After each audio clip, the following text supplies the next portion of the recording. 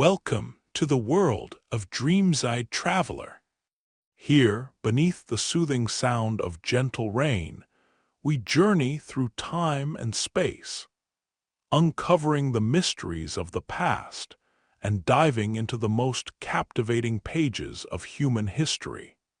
This place is created for those who love exploring the world in the quiet of evening, for those who value peace while yearning to discover something new before sleep. If you enjoy what you're hearing, please give this video a like.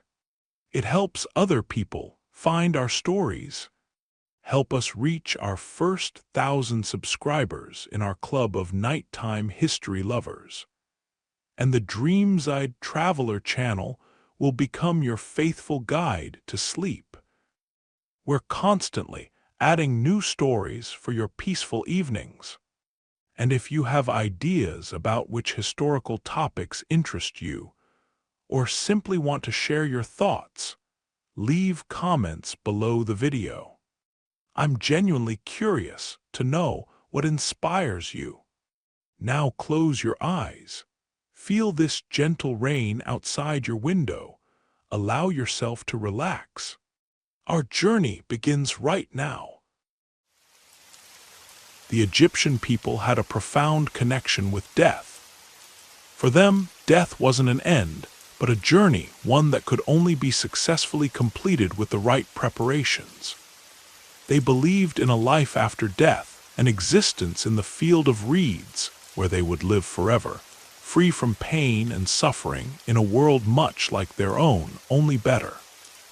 But to reach this afterlife, the dead needed to be preserved, their bodies kept intact, and their spirits helped along the way. This is where mummification came in, a process that was far from just a means to preserve the body. It was a powerful ritual filled with religious significance, mystery, and magic. In ancient Egypt, the process of mummification was deeply entwined with the concept of immortality. To be mummified wasn't just about being prepared for burial, it was about preparing the deceased for eternity. The Egyptians believed that the soul, the Ka, lived on after death, and for it to thrive in the afterlife, it needed a body to inhabit. The preservation of the body was therefore crucial. To them, mummification wasn't just a practice. It was the key to entering the divine realm of gods and ancestors, ensuring the deceased's immortality. It's important to remember that the Egyptians didn't just see mummification as a science of preserving the body. They saw it as a religious act, a sacred rite that connected the living with the divine. It was a ritual performed by priests, who were the gatekeepers to the afterlife. The process itself, spanning from the moment of death to the final placement of the body in its tomb, was lengthy, precise, and steeped in symbolism. Every cut, every incision, every layer of resin and linen was done with the utmost care and devotion. To not carry out the mummification process correctly was to doom the soul of the deceased to wander the earth in an incomplete state, unable to join the gods in their eternal paradise. The first step of the mummification process was the removal of the internal organs. The Egyptians believed that the organs, especially the heart, were essential for the journey into the afterlife. The heart was particularly important, as it was thought to be the seat of the soul and the center of the individual's personality. It was removed carefully, preserved separately, and stored in a special canopic jar. The lungs, liver, stomach, and intestines were also removed, cleaned, and preserved. This was done because the Egyptians believed that these organs were vital for the deceased in the afterlife. They were needed for sustenance in the next life, so it made sense to protect them from decay. After the organs were removed, The body was then washed and purified with a mixture of palm wine and spices. This step wasn't just about cleanliness, it was a spiritual purification. It was a way of preparing the body for the long journey ahead, as well as a ritual to cleanse the spirit of the deceased. The body was then covered with natron, a naturally occurring salt mixture that would help to dry out the body and prevent it from decaying. Natron was left on the body for about 40 days, an important number, symbolizing the 40 days and nights of mourning for the dead, which mirrored the flooding of the Nile. During this time, the body would shrink, dry, and harden, as if the very essence of the person was being drawn out of it, leaving only the physical shell behind. Once the body was thoroughly dried out, it was time to begin the intricate process of wrapping it in linen. This was done with extreme care, as each layer of linen was meant to bind the soul to the body and prevent it from escaping. The wrapping was often done in layers, with each layer infused with aromatic oils and resins to both preserve and protect the body. The more elaborate the mummification, the more layers of linen and resin the body would receive. The goal wasn't just preservation, it was to ensure the body remained as intact and as sacred as possible. Each layer was a step in the sacred journey, binding the spirit to the material world. The priests, who oversaw the entire process, performed rituals at each stage. These rituals were meant to ensure the deceased's successful passage to the afterlife. In fact, the mummification process itself was seen as a sort of resurrection ritual. The priests would perform the opening of the mouth ceremony, in which they would touch the deceased's mouth with special instruments. This was done to allow the deceased to speak, eat, and breathe in the afterlife. The body, now wrapped and preserved, was placed into a coffin that was decorated with prayers and symbols to protect the deceased. This coffin was then placed in a tomb, often surrounded by offerings and amulets to ensure the soul had everything it needed for the journey. But as much as the Egyptians believed in the sanctity of mummification, the process was far from flawless. In fact, some mummies were the result of experiments gone wrong or rushed procedures. There were instances where embalming didn't go as planned, where bodies were improperly preserved, or where the preservation process was hurried, resulting in decayed remains. This led to some of the first mummy failures, where bodies didn't make it to the afterlife in the perfect state the priests had intended. And then, there were the even darker aspects of the mummification process. Some historical records suggest that at times, the Egyptians might have used living humans in their mummification experiments. This isn't as well documented, but there are accounts of individuals who may have been embalmed alive, either through error or as a part of more extreme rituals. These stories have been the subject of much speculation and debate, as they point to a darker side of the ancient Egyptian religious practices, a side where even life itself could be sacrificed in the name of immortality. If these stories are true, then these individuals would have undergone the mummification process while still alive, a horrific fate that has haunted the imagination of historians and archaeologists alike. But the mummification process wasn't just about preserving bodies for the afterlife. It was also about creating something that could withstand time. The Egyptian belief in immortality extended far beyond the individual. They sought to immortalize their civilization, their culture, and their gods. The tombs of the pharaohs were elaborate, often containing hundreds of mummified bodies, as well as statues, treasures, and even small models of daily life. This was an effort to ensure that their kings, queens, and gods would be remembered for eternity. The Egyptians were also known for their elaborate tomb art, which often depicted scenes from the deceased's life and the afterlife. These tomb paintings were not merely decorative, they were magical. They were thought to help guide the deceased through the afterlife, providing them with the tools and protections they would need to succeed in the afterlife. The art was a form of spiritual insurance, ensuring that the deceased would not only be remembered, but would also be taken care of in the world beyond. The priests who performed these rituals, the ones who had the power to call upon the gods and ensure the safe passage of the soul, were both feared and revered. They were the gatekeepers to the afterlife, and their power extended beyond the mortal world. The rituals they performed were considered to be divinely inspired, and they were entrusted with the sacred knowledge of how to protect the soul of the deceased.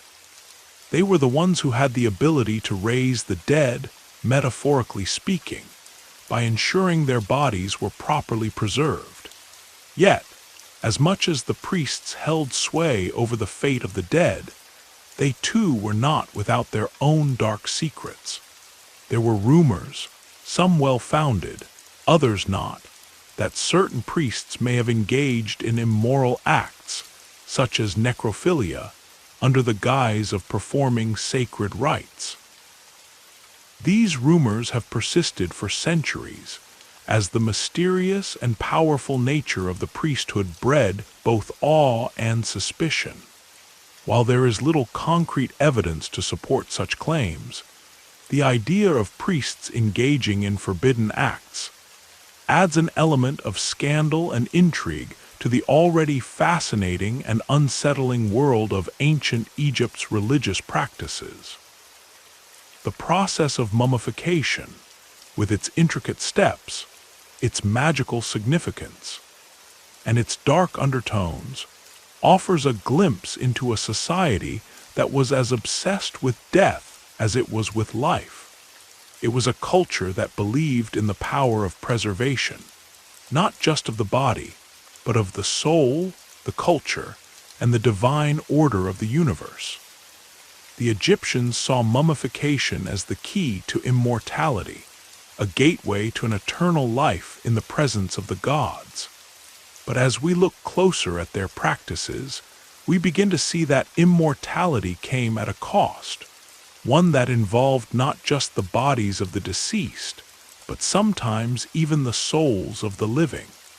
The boundaries between life and death were far more fluid in ancient Egypt than we might have ever imagined, and the mummification process itself was a testament to both the ancient Egyptians' ingenuity and their unyielding belief in the afterlife. The art of mummification wasn't just confined to the practices of preserving kings and queens. It was something that permeated every level of Egyptian society. For the elites, it was a grand, sacred, and meticulously executed ritual that involved expensive resins, intricate embalming processes, and lavish burial goods. For the common folk, however, mummification was a much more accessible, though still sacred, ritual. The process, though simplified, still carried deep religious meaning. It ensured that the soul would not wander aimlessly, lost in the void of the afterlife, but instead would be welcomed into the eternal embrace of the gods. However, the simplicity didn't mean that the essence of the mummification process was compromised. Even for the poor, mummification was carried out in a way that still aligned with the religious principles of preserving the body. For the common people, the preparation of the body was a shorter, less elaborate process. The removal of organs was often skipped, or they were preserved in a simpler form. The body would still be cleaned and dried, then wrapped in linen to be preserved. The key difference was that the ritual, while still spiritual, was a more practical affair. it's important to recognize the contrast between how the mummification of the poor and the elite reflected the divisions within Egyptian society. The elites were given grand burial tombs, often carved into the sides of cliffs, or constructed in massive pyramids, where they were laid to rest with treasures, furniture, food, and jewelry, items that were meant to help them in the afterlife. In contrast, the common folk were often buried in small tombs, or even in simple pits with far fewer belongings. But the essence of mummification remained the same for both. It was about preparation for the journey to the next world. This ritual served not only as a means of spiritual purification, but as a powerful affirmation of the belief in the afterlife, regardless of one's social standing. In fact, some of the poorest Egyptians might have had more rudimentary, but nonetheless effective ways to prepare their bodies for the afterlife. The materials they used for mummification were less expensive. Resins could be replaced with simpler, more locally available substances. But the fundamental belief in the preservation of the body as an essential step toward immortality was unwavering. These simpler mummies might not have been as spectacular as the elaborate tombs of pharaohs or high priests, but they were just as potent in their spiritual significance. But what really gives mummification its enduring intrigue is the role of the priests in the process. These religious figures were not just involved in the rituals for their spiritual significance. They were, in a way, the gatekeepers to immortality. Their power went beyond that of the ordinary priest. They were the ones who communicated directly with the gods, who knew the sacred rituals and incantations that could ensure the soul's safe passage.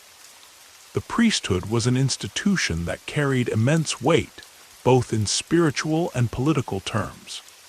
To be a priest in ancient Egypt wasn't just a calling, it was a lifetime of education, power, and responsibility. They were the ones who held the knowledge of the mummification process, and with it, the power to guide souls to the afterlife. One of the most fascinating aspects of the priesthood was the way in which it operated within the context of Egyptian society. The priests were not just religious figures, they were also political and economic forces to be reckoned with. In many ways, the priesthood functioned as a parallel power structure to the pharaohs themselves. While the pharaohs ruled the land and were seen as the living gods on earth, the priests were the intermediaries between the human and divine realms. They had their own hierarchy, their own wealth, and their own sphere of influence.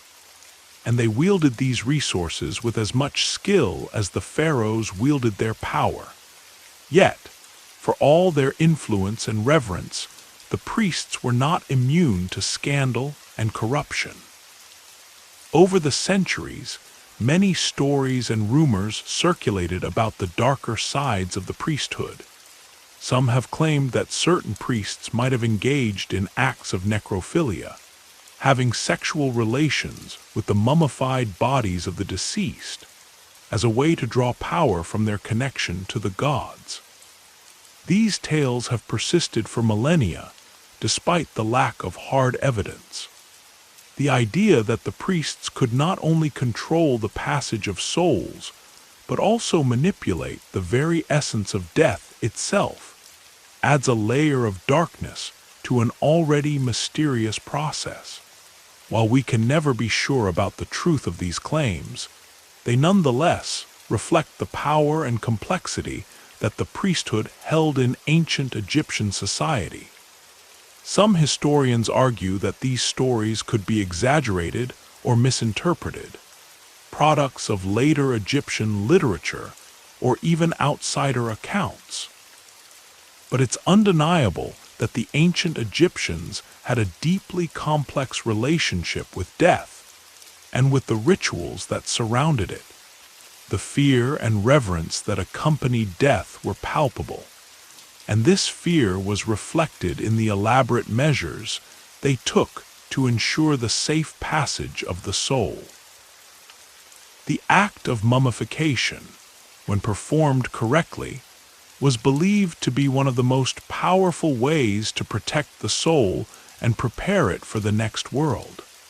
However, the stories of scandal and corruption surrounding the priests reveal a more human side to this sacred practice, one where power, desire, and fear sometimes blurred the lines of what was acceptable and what was forbidden.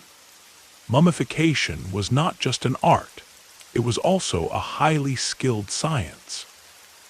The ancient Egyptians were pioneers in the field of preservation, developing techniques that would influence the world for centuries to come.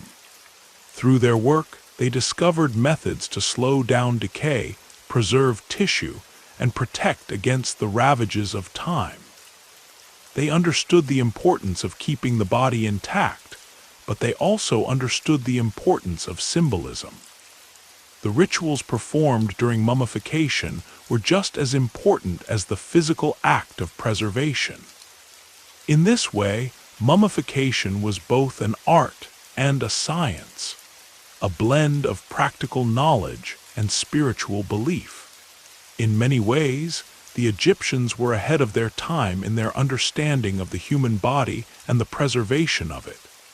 But even their advanced techniques weren't foolproof. There were always risks involved. Over time, the mummification process evolved as the need for more elaborate preparations grew, especially for the elite. Some of these mummies were made to last thousands of years, while others, often hastily prepared, were not so fortunate. The difference between these types of mummies reflects the growing divide between the rich and the poor in ancient Egyptian society.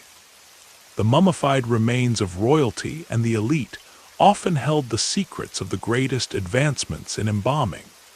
But not all mummies were so lucky. In some cases, people's remains were left to rot or were buried without the proper ritual care. This wasn't due to a lack of knowledge or belief. It was a reflection of the harsh realities of life in ancient Egypt. The poor, who were the backbone of Egyptian society, often didn't have the resources to afford the elaborate embalming rituals that the rich enjoyed. Their mummification, though still steeped in religious significance, was a more humble affair. But even so, these simpler mummies were still treated with respect and reverence, for they too were destined for the afterlife. It was this belief in the afterlife and the importance of preserving the body that made the practice of mummification so integral to ancient Egyptian culture. It wasn't just a physical act, it was a spiritual one. And while the methods of mummification may have evolved over time, the core belief in the afterlife remained unchanged. For the ancient Egyptians, death was not the end, but a transition to something greater. And it was through mummification that they hoped to achieve eternal life, to transcend the limitations of the physical world, and to live forever among the gods. ChatGPT SKRZAL. As the mummification process progressed, the Egyptians began to refine and perfect their embalming techniques. The key to success in the preservation of the body was not just in the application of the physical process, but also in the rituals and prayers that accompanied each step. The priests who performed the mummification rituals were experts in the sacred knowledge of the gods, wielding their power to ensure that the deceased would be allowed to pass through the gates of the afterlife. The process, intricate as it was, symbolized much more than just an effort to preserve the physical form. It represented an act of divine intervention, an attempt to unite the physical and spiritual worlds. As we delve deeper into the finer details of mummification, we encounter the fascinating world of ancient Egyptian rituals. The steps, each one measured and exacting, spoke to their profound connection to the divine. One of the most sacred and integral parts of mummification was the opening of the mouth ceremony, which involved the priest touching various parts of the deceased's body with sacred instruments. The purpose of this ritual was to ensure that the deceased could eat, breathe, and speak in the afterlife. By opening the mouth, it was believed that the soul of the deceased could begin its journey through the underworld and into the afterlife, where it would be reborn. The ceremony was a powerful invocation of the gods. The priests would recite incantations as they performed the rites, calling on the gods to protect the deceased on their journey. The most important deity involved in this process was Osiris, the god of the afterlife, who would guide the soul of the deceased to the realm of the dead. Osiris was both a symbol of life and death, resurrection and decay, making him the perfect figure to oversee this final passage. The idea that the dead could be resurrected and join the gods in the afterlife was central to Egyptian religion. But this wasn't a simple transition. The dead had to prove their worthiness before they could be accepted into the afterlife. They were judged by the gods in a process known as the weighing of the heart. In this ritual, the heart of the deceased was weighed against the feather of Mad, the goddess of truth and order. If the heart was found to be light, meaning the person had lived a life of integrity and honor, they would be allowed to pass into the afterlife. If the heart was heavy with sin, the deceased would be devoured by Ammit, a fearsome creature with the head of a crocodile, the body of a lion, and the hind legs of a hippopotamus. For the Egyptians, the idea of judgment was not merely an abstract concept. It was a real, tangible part of the afterlife. The dead were expected to defend themselves, to recite their list of virtues, and to demonstrate their righteousness. The weighing of the heart ceremony was depicted in countless tomb paintings, and it played a central role in the funerary beliefs of the Egyptians. It was both a measure of the deceased's life and a reflection of their spiritual readiness to ascend to the divine. The tomb itself was seen as the final resting place of the body, but it was also a place where the soul could continue its journey. The tomb was equipped with everything the deceased would need for their life after death: food, drink, clothing, and other provisions. But it wasn't just about material goods. The tomb was filled with prayers, spells, and images that would help guide the soul through the afterlife. These objects were often placed inside the tomb to provide the deceased with the tools they needed to navigate the trials of the underworld, a place where danger and darkness lurked at every turn. The Book of the Dead was one of the most important texts associated with these tombs. It was a collection of spells and incantations that were meant to protect the deceased during their journey through the underworld. The Book of the Dead was not a single book, but a series of scrolls that were placed inside the tomb along with the mummified body. The text offered guidance on how to face challenges, how to speak to the gods, and how to gain access to the afterlife. The magic contained in these texts was believed to have real power, and the dead were thought to need these spells to succeed in their journey. But mummification, while largely a religious act, also had its darker side. Not all mummification was done for noble or respectful reasons. Over time, the business of mummification expanded into something that went far beyond the burial practices of the elite.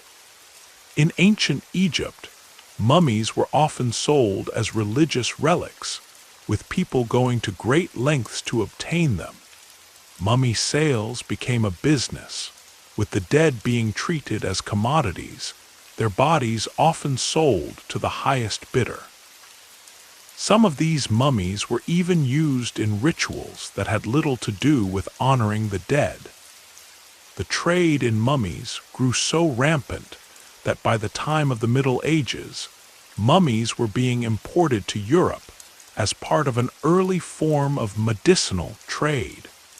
The Egyptians were believed to possess a special kind of magic, and their mummies were seen as powerful objects that could bring prosperity, cure ailments, and offer protection. Mummy powder became a sought-after commodity in Europe, with people using it as a form of medicine, often in powdered form mixed with wine. The belief that consuming powdered mummified remains could heal the body or ward off illness was widespread in Europe, and the practice continued for centuries. This widespread fascination with Egyptian mummies and their supposed magical properties fueled a growing trade. People began to seek out mummies from Egypt and even started selling embalmed bodies as curiosities or religious artifacts. By the 16th and 17th centuries, mummies were being unwrapped, not to study them, but for the thrill of discovery. The practice of unwrapping mummies became a kind of grotesque entertainment, where the public could marvel at the ancient bodies and speculate about the life of the deceased. The macabre fascination with mummification, however, wasn't limited to the ancient Egyptians. It became a cultural phenomenon that continued to thrive long after Egypt's ancient civilization had faded. While the embalming process itself was based on deeply held spiritual beliefs, it also became a symbol of human obsession with the permanence of death and the afterlife. It wasn't just about preserving the body for eternity. It was about maintaining a link with the divine. For the Egyptians, the afterlife wasn't just a place they would eventually go. It was something they could strive toward, something they could prepare for and influence. Mummification was a sacred ritual that offered not only a chance for eternal life, but a connection to the gods themselves. But in this pursuit of immortality, we must also recognize the darker, more sinister aspects of mummification. The rumors of priests' involvement in necrophilia, the trade of mummies as commodities, and the dark stories surrounding the embalming process all highlight a tension between the sacred and the profane. This dark side of mummification reveals a deeper truth about human nature. Our desire for immortality, our need to control death, and the sometimes dangerous lengths to which we will go to ensure our legacy. As we reflect on the intricate process of mummification, we are reminded that it was not just a physical act. It was a spiritual journey, a path that connected the deceased to the divine. It was a means of transcending the physical world and achieving eternal life in the realm of the gods. Yet, for all its power and mystery, mummification also reveals the darker side of human ambition, the desire to conquer death, the willingness to sacrifice life itself, and the lengths to which people will go to achieve the impossible. Through mummification, the Egyptians sought to cheat death, to preserve the body and the soul for eternity. But in the end, it was not just about preserving the body, it was about preserving the spirit, and in some cases, it was about preserving the very soul of the culture itself.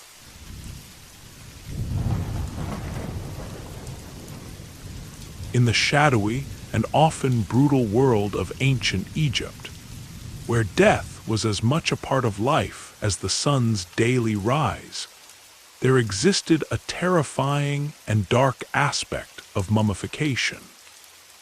The possibility that some individuals may have been embalmed while still alive. The idea of living mummification raises the hairs on the back of your neck and stirs deep unease. While it may sound like a twisted myth or sensationalized historical fiction, it's a chilling possibility, grounded in the extreme lengths some may have gone to in their pursuit of perfect, preserved bodies. Bodies that would live on in the afterlife as representations of immortality. This wasn't just about preserving the body. It was about ensuring the sanctity of the soul's journey into eternity. But in some horrifying cases, this act may have meant sacrificing the living, transforming them into the very objects of mummification themselves. The process of mummification, as we know, was a sacred ritual performed by priests with the highest levels of training. For the elite, the most respected, and even the ruling class of Egypt, it was the key to achieving an afterlife that mirrored their existence on earth. The priests were the orchestrators of these sacred rites, steeped in knowledge passed down through generations, and entrusted with the power to preserve not only the bodies of the dead, but the very essence of life. But this reverence for the dead didn't always mean kindness, and the priests weren't always the benevolent figures we imagine today. In a society where power, status, and control were paramount, there was an unspoken brutality in the pursuit of immortality, and some darker practices may have emerged. The practice of living mummification, if it indeed occurred, was potentially an extension of these desires for perfect preservation. To the ancient Egyptians, the quality of the body's preservation could directly influence the deceased's chances in the afterlife. And sometimes, it was believed that the body needed to be as whole and intact as possible. But why might someone consider embalming the living, knowing full well that death was meant to precede such an elaborate ritual? One possible reason lies in the obsession with maintaining purity. The Egyptians believed that the soul needed a perfectly intact vessel in order to transcend death. This perfect preservation was said to prevent the soul from becoming lost or wandering in the underworld. By making sure that the body was embalmed with care, including all its organs removed and sealed, the soul could enter the afterlife without interruption. If a body was damaged, even slightly, it was thought to risk leaving the deceased in a state of unfulfilled spiritual existence. Therefore, the best means to ensure this purity would be to use a whole and flawless body, which, under certain circumstances, could have been a living one. To understand how such an idea could have emerged, we must take a step back and consider the nature of power and religion in ancient Egypt. The rulers, priests, and high officials were often seen as embodiments of divine power. Pharaohs, for example, were not only political leaders, but were considered gods on earth. Their connection to the divine was absolute, and their afterlife was of monumental importance, not just for them, but for the welfare of the entire nation. The death of a pharaoh was a cosmic event, one that required great care, ritual, and a demonstration of divine favor. To ensure the purity of such an important individual's soul, could it be possible that the priests were willing to go as far as ensuring perfection at any cost, even if it meant using the living? Evidence, while scarce, points to the possibility of experimentation with living subjects in the embalming process. It wasn't uncommon for Egypt's leaders and religious officials to push the limits of religious practice in the name of divine preservation. The elite, who had the wealth and power to engage in such extreme rituals, could have been willing to sacrifice living people as part of their sacred quest for spiritual immortality. These individuals, if chosen, may have been regarded not as victims, but as instruments of divine will, fulfilling their roles in what would have been perceived as a grand and sacrificial act. If this gruesome process occurred, it would have involved the ritual removal of organs, embalming with natron, and the careful wrapping of the body in linen. However, unlike a typical mummy, the person would still be alive during the most intense parts of this preservation. The process would have been painstakingly slow, with the individual potentially enduring unimaginable pain.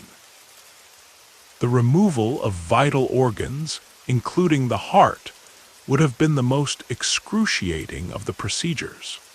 The high priests, experts in the science of mummification, would have worked with precision, driven by their deep belief that the soul of the living person could be preserved just as successfully as that of a deceased one. Some scholars suggest that this horrific process might have been performed on those who were marked for death, such as criminals, prisoners of war, or even rivals of the ruling class. These people would not have been embalmed with the same reverence as the pharaohs or nobles, but their bodies might have been preserved as part of the larger ritualistic practices that took place within the royal and religious court. For these living individuals, the lines between life and death became blurred. They were neither fully alive nor fully dead. They were caught in the purgatory of mummification, where their flesh was bound and preserved, all in the name of immortality and divine favor. The ancient Egyptians were no strangers to human sacrifice, but these sacrifices were generally reserved for the gods, not for the preservation of individuals. However, given the importance of the afterlife, there could have been rare instances in which individuals were seen as worthy of such extreme measures. These living sacrifices could have been considered a form of divine intervention, a way for the priests to ensure the success of a spiritual journey. Perhaps, in the minds of those carrying out the rituals, it was an act of compassion, as they believed the living body would be granted eternal life. We must also consider the political dimension of such practices. The rulers of Egypt were not only concerned with ensuring their own eternal life, they were also concerned with maintaining control over their subjects. A practice like living mummification could have served as a terrifying reminder of the power of the priesthood and the absolute dominance of the divine. It would have been an extreme form of control, symbolizing that not only life, but even death was under their command. There are, however, questions about how widespread these practices were. While there is no solid evidence to suggest that living mummification was a routine part of Egyptian culture, the possibility remains tantalizing. Perhaps it was an experimental practice, one that was reserved for special occasions or certain powerful figures who desired the most perfect and sacred preservation possible. Interestingly, over time, as Egypt moved into the later periods of its ancient civilization, the practice of mummification grew increasingly elaborate. But simultaneously, it also became more standardized. The process, which may have once involved these extreme and possibly living sacrifices, slowly gave way to the more familiar and respected methods we associate with Egyptian mummies today. The embalming process became less about ritual sacrifice and more about ensuring the successful passage of the soul to the afterlife, with fewer instances of gruesome experimentation. Yet the haunting idea of living mummification lingers, casting a dark shadow over the beautiful, intricate rituals that we so often romanticize. It serves as a reminder that, in the pursuit of immortality, there are no limits, no boundaries between the living and the dead, no ethical boundaries when it comes to religious fervor. The ancient Egyptians were willing to go to extraordinary lengths to preserve both body and soul, to ensure that death would not be an end, but a beginning. But in some cases, as we've seen, that quest for eternal life might have crossed the line into horror. The possibility of living mummification, while disturbing, reflects the extremes to which the Egyptians went in their desire to control death and ensure the immortality of the body. To truly understand the nature of this practice, we must explore the broader cultural context and belief systems that would have driven such extreme measures. What motivated the priests and the ruling elite to push the boundaries of religious ritual, even to the point of potentially sacrificing human lives? The key to answering this question lies in the Egyptians' complex understanding of life, death, and the afterlife, as well as their deep fear of what might happen if the proper rituals were not performed. The Egyptians, like many ancient cultures, believed in a dual existence of body and soul. The body, while physical and mortal, was seen as a vessel for the soul. The soul itself had different aspects, with the most important being the Ka, spiritual essence, and the Ba, personality and individuality. These aspects of the soul would continue to exist in the afterlife, but for this to happen, the body had to remain intact. The Ak was the part of the soul that could live in harmony with the gods after death, and it could only exist if the body was properly preserved. The Egyptians were obsessed with ensuring that the afterlife was as close as possible to life on earth, meaning that the physical body had to be perfectly preserved, or else the soul would face destruction or eternal wandering. In the most elaborate forms of mummification, the body was meticulously embalmed and wrapped in linen, with every part of the process designed to ensure the physical form could withstand the ravages of time. The heart, which was seen as the seat of the soul, was often left in the body, while the other organs were removed and stored in canopic jars. This was believed to prevent the organs from decaying and to help them remain useful in the afterlife. The organs themselves were carefully preserved, as they were essential to the body's function in the afterlife. The heart was the most important, as it was weighed during the weighing of the heart ceremony to determine the deceased's fate in the afterlife. But this reverence for the body had a darker side.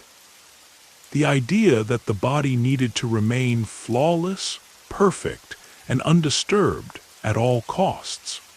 It's within this context that the idea of using the living for mummification becomes more understandable. The elite, especially the pharaohs, were obsessed with perfection in every detail of their lives. Why would it be any different in death? To have a perfect, undisturbed body for the afterlife would be the ultimate symbol of divine favor and immortality. If the pharaohs themselves were regarded as gods, their preservation in life and death would have been seen as paramount. Could it have been that certain powerful figures, such as priests or royal advisors, believed the only way to achieve this perfection in mummification was through the use of a living body? Could the need for perfection lead them to extremes that no one, not even a living human, would escape? We do know that, in some cases, the Egyptians practiced a form of human sacrifice as part of royal burials. In the early dynastic period, it was customary for the servants and attendants of the pharaoh to be buried with him in his tomb, often sacrificed to accompany him into the afterlife. These individuals were typically chosen from among the pharaoh's closest advisors, servants, or guards, and their deaths were viewed as an act of service, a means to ensure that the pharaoh's journey to the afterlife would be well supported. While these sacrifices were likely carried out as part of a belief in serving the pharaoh in the next life, they point to a culture that did not view death in the same way we do today. For the ancient Egyptians, death was a continuation of life, and sacrifices, though brutal, were seen as an essential part of preparing for the afterlife. The practice of human sacrifice was not limited to pharaohs and their inner circle. In some instances, there were reports of captives being sacrificed to honor the gods or to ensure the success of important rituals. These sacrifices were often seen as acts of devotion and piety. And while the victims were treated with little regard for their lives, their death was thought to serve a greater divine purpose. This mindset likely played a significant role in the idea that a living person could be used for mummification. The reasons for using the living in such grisly rituals likely had to do with the belief that the gods demanded perfection, even in death. The priests who performed these rituals had access to secret knowledge that was believed to be directly given to them by the gods. The rituals they performed weren't just physical, they were also spiritual acts of communication with the divine. This connection to the divine meant that the priests had significant power, not only over the living but also over the dead. They were the gatekeepers to the afterlife, and the success of the soul's journey rested on their ability to perform the rituals correctly. To make sure that nothing would go wrong, they might have pushed the boundaries of what was considered acceptable, including the horrific practice of mummifying a living person. The idea of living mummification may also have been tied to the political and social structures of the time. The elite, including the royal family, were above the law. Their status as divine beings meant that they were considered to be beyond the normal constraints of society. Could the priests, in their zeal to ensure the immortality of these elite figures, have sacrificed individuals in this way as part of their divine service? There's no definitive evidence to support the idea that living mummification was widely practiced, but the possibility remains. These extreme rituals, if they did occur, would have been seen as the ultimate act of devotion to the gods, an expression of the belief that nothing could be left to chance when it came to the afterlife. Despite the horrors of living mummification, the concept of preserving the body for the afterlife was an essential part of Egyptian religious practice. Even if the practice of embalming the living was limited to isolated cases, it speaks to the intense devotion and reverence that the Egyptians had for the afterlife. For them, death was not an end, but a transition to something far greater, a continuation of life in a world beyond death. The process of mummification was a sacred ritual, a way to ensure that the deceased would make it through this transition successfully. But as with any powerful belief system, the quest for immortality was not without its dark side. The obsession with perfect preservation, the need for control over death, and the power of the priests all contributed to an atmosphere where extreme practices could take hold. The idea of mummifying the living, though shocking, represents the lengths to which some people in ancient Egypt were willing to go in their pursuit of divine favor and eternal life. Whether these extreme practices were isolated incidents or part of a broader cultural trend, they are a testament to the power of belief and the obsession with immortality that pervaded the Egyptian worldview. In the end, the practice of living mummification, whether it happened or not, serves as a reminder of the complex relationship between life, death, and immortality in ancient Egypt. It shows how deeply the Egyptians valued the preservation of the body and soul, how far they were willing to go to ensure eternal life, and how these beliefs shaped their religious practices and social structures.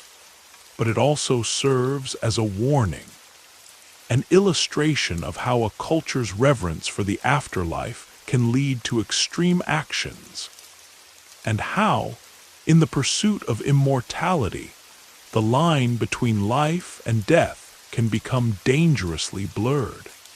The possibility of living mummification, though chilling, serves as a lens into the deeply ingrained, often extreme religious and societal beliefs of ancient Egypt.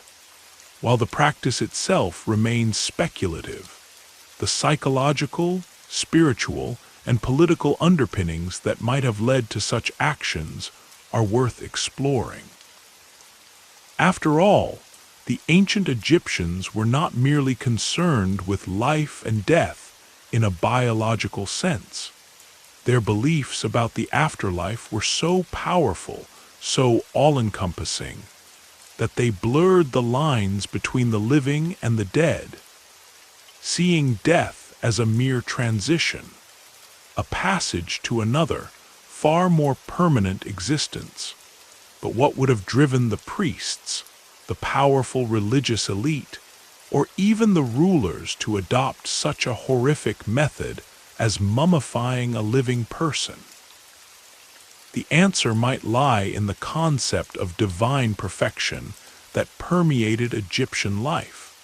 For the pharaohs and other high-ranking individuals, their deaths were not just personal events, they were cosmic ones. A pharaoh's death could affect the fate of the entire kingdom. If the mummification process was a means of ensuring safe passage to the afterlife, then a living, perfectly preserved body might have been seen as the only way to guarantee an afterlife free from spiritual misfortune. The priests, who were often regarded as the earthly representatives of the gods, were the ones tasked with guiding the souls of the dead into the afterlife. They held the sacred knowledge of what was required to ensure the deceased soul could navigate the dangers of the underworld and successfully join the gods in the field of reeds. The mummification process was not simply about embalming the body. It was an entire spiritual and magical ceremony. Every incision, every gesture, every ritual had a purpose, whether it was to preserve the body, protect the soul, or please the gods. In their minds, the preservation of a body was just as essential as the preparation of the soul, and the two had to go hand in hand. This belief in divine perfection extended beyond the ritual of mummification itself. It was embedded in the entire culture of the ancient Egyptians. Their temples, their artwork, their rituals, all of them reflected a deep reverence for the gods and a desire to mirror their divine order. The idea of achieving perfection was not reserved just for the gods, but was a central concept for the elite in Egyptian society. To be perfect was to be divine, and to be close to the gods was to be immortal. In the minds of some, it may have seemed logical to do whatever necessary to ensure that their most sacred ritual, the preservation of the body for the afterlife, was carried out without flaw, no matter the cost. For the rulers and priests, mummification wasn't just a way to preserve life after death. It was about creating a bridge between the mortal and the divine. The concept of a living body being embalmed could have emerged out of this obsessive quest for divine purity, where even death, with its potential imperfections, had to be controlled. The body's purity had to be preserved in its most ideal form, so that the soul could travel through the afterlife unhindered by flaws or decay. The fear of what might happen if the process was rushed, or if the body was imperfect, is significant. Ancient Egyptians were terrified of what could happen to the soul if it became lost, or if the body was desecrated. The soul, in their view, could wander aimlessly, trapped between realms, unable to join the gods. This belief was so central to their worldview that the act of mummification was considered not only a scientific and religious duty, but a moral and existential necessity.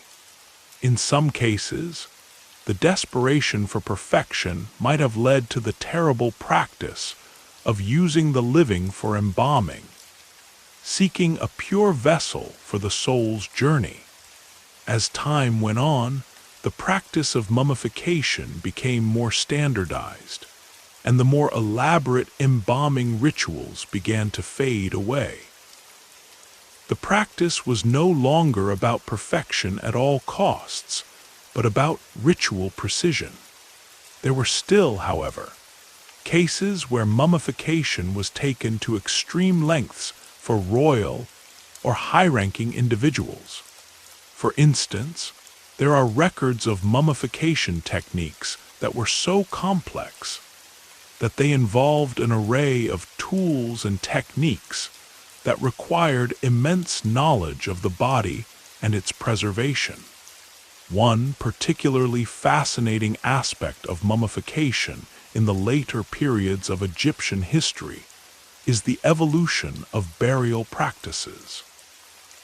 While earlier periods emphasized the idea of mummification as a divine and sacred act, later periods saw a more practical approach. The embalming of mummies, while still considered a necessary ritual, became less about creating perfect, divine vessels and more about protecting the soul and ensuring its safe passage. The The tombs, while still grand and majestic, began to reflect the more earthly concerns of the elite, focusing on wealth and status as much as on the afterlife. It is during this transition, when the practice became more standardized, that mummification reached its most sophisticated heights. We find records of mummies with skin and hair that were so perfectly preserved, they seemed almost lifelike. The artisans responsible for the final stages of embalming were highly skilled, and they employed various methods of artificial preservation, including the use of resins, oils, and even wax to ensure the appearance of the mummified body was as true to life as possible. These perfected methods, however, were no longer about capturing the divine essence of the deceased. They were about creating an eternal image, a forever representative form that would stand in place of the physical body. Interestingly, the idea of perfection and divine beauty extended into the art of mummification as well.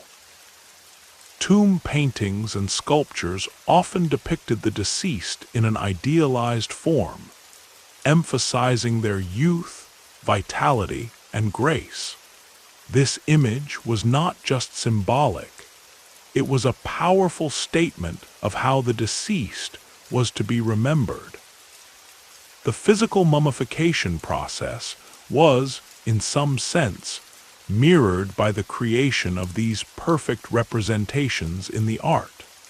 Both were about achieving immortality, not through the preservation of the body alone, but through the creation of a flawless image that would live on for eternity. Yet, as we turn our focus back to the darker and more extreme practices of mummification, we find ourselves grappling with the concept of living mummification. While the most gruesome aspects of this practice remain speculative, the very idea of it challenges our perceptions of death, ritual, and power. Could it be that the line between life and death was less distinct in ancient Egypt than we imagine? The ancient Egyptians viewed death not as an end, but as a transition, and they went to great lengths to preserve that transition, sometimes with horrifying consequences. The possible use of the living in the mummification process is a testament to just how far some might have gone in the pursuit of immortality, though history remains unclear on whether living mummification was a common or rare occurrence. It undoubtedly reflects the extraordinary lengths to which the ancient Egyptians went in their quest for spiritual and physical perfection. It speaks to their unyielding belief that the afterlife was a continuation of life, and to the terrifying power they believed they could wield over death. In the pursuit of immortality, they would push boundaries, blur lines, and sacrifice anything, perhaps even human life, to secure eternal glory. As we reflect on the extreme nature of these practices, it is essential to understand them within the broader context of Egyptian society. The Egyptians were not merely preoccupied with death, but with the continuation of life that was not limited to this world, but was believed to stretch on forever. In their minds, death was not the final chapter, but merely another phase in an eternal journey. And in this pursuit of eternity, some may have crossed moral lines that we, from our modern perspective, can only shudder to imagine.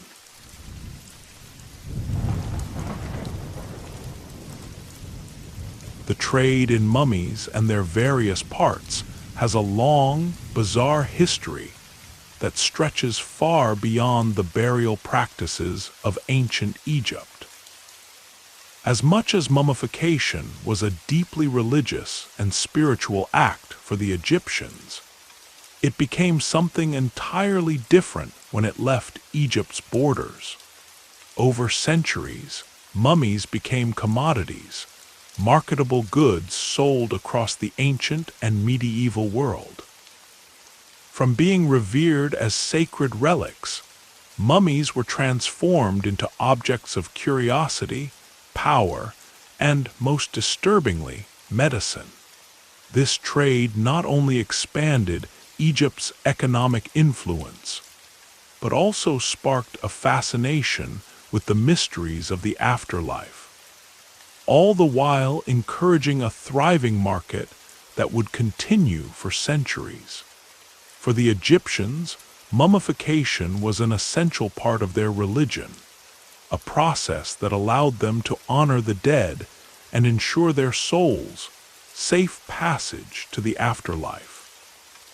But for outsiders, especially during the medieval period, these ancient embalmed bodies became fascinating curiosities. They were symbols of power and mystery, and eventually they became valuable items in an ever-growing market. The more exotic and strange the object, the higher its value in a world hungry for novelty. And nothing was more mysterious or more revered than the mummies of ancient Egypt. By the time the medieval period arrived, the trade of Egyptian mummies had shifted into new forms. As the Egyptian civilization waned, the secrets of the pharaohs, their tombs, and their mummies remained in the hands of those who had access to Egypt's ruins. Mummies became more than just ancient remains. They became sought-after relics, believed to hold mystical properties. They were transported across the Mediterranean and into Europe, often brought back by explorers, merchants, and archaeologists who had stumbled upon the forgotten tombs. The fascination with ancient Egypt grew as European powers began to recognize the wealth of knowledge and treasure buried within these tombs. Initially, the trade was relatively informal. Tomb robbers, adventurers, and explorers would seize any opportunity to acquire mummies, usually with no regard for the sacred nature of the bodies. Over time, this turned into a more structured business. Egyptian mummies were in high demand, especially after European countries began to develop a taste for ancient Egyptian culture. It wasn't just about the preservation of ancient knowledge. It was about acquiring the most exotic and awe-inspiring relics for display, as symbols of wealth and status. To own a mummy in Europe was to own a piece of the ancient world, a direct connection to the mysteries of Egypt and the afterlife. The idea that mummies had healing properties was also key to their burgeoning market in Europe. By the 15th century, the sale of mummies in Europe took on a completely different dimension. Mummies, or rather the powdered remains of mummies, became increasingly popular as supposed medicines. This practice, known as mummy medicine, became widely believed in Europe. It was touted as a cure for a wide range of ailments, from headaches and fever to more severe conditions like epilepsy and even the plague. The most popular form of mummy medicine was known as mummy powder, which was created by grinding up mummified bodies or parts of them into a fine, brownish powder. Physicians and apothecaries sold this powder as a miracle drug, believing that the substance possessed powerful healing qualities.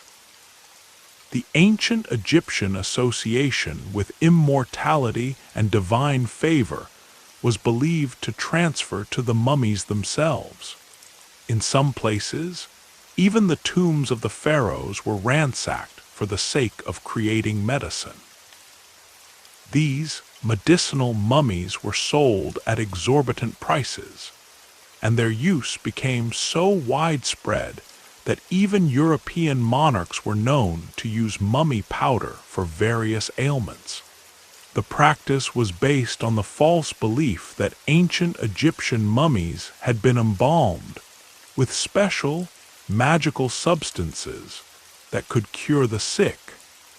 In many ways, the European obsession with mummies mirrored a broader fascination with the supernatural and the mysterious. People believed that the mummies held the secrets to long life, strength, and even wisdom. The power of mummification itself, and the mysteries surrounding Egypt's afterlife, became a symbol of spiritual and physical immortality. As a result, mummies were treated almost like sacred objects, their mystical properties believed to transcend time. This idea spread rapidly, and the demand for mummies only increased, leading to widespread exploitation of Egyptian tombs. One of the most shocking elements of this trade was the way in which mummies were used. While some mummies were preserved and displayed as objects of art or wealth, others were dissected and ground up to be sold as medicine.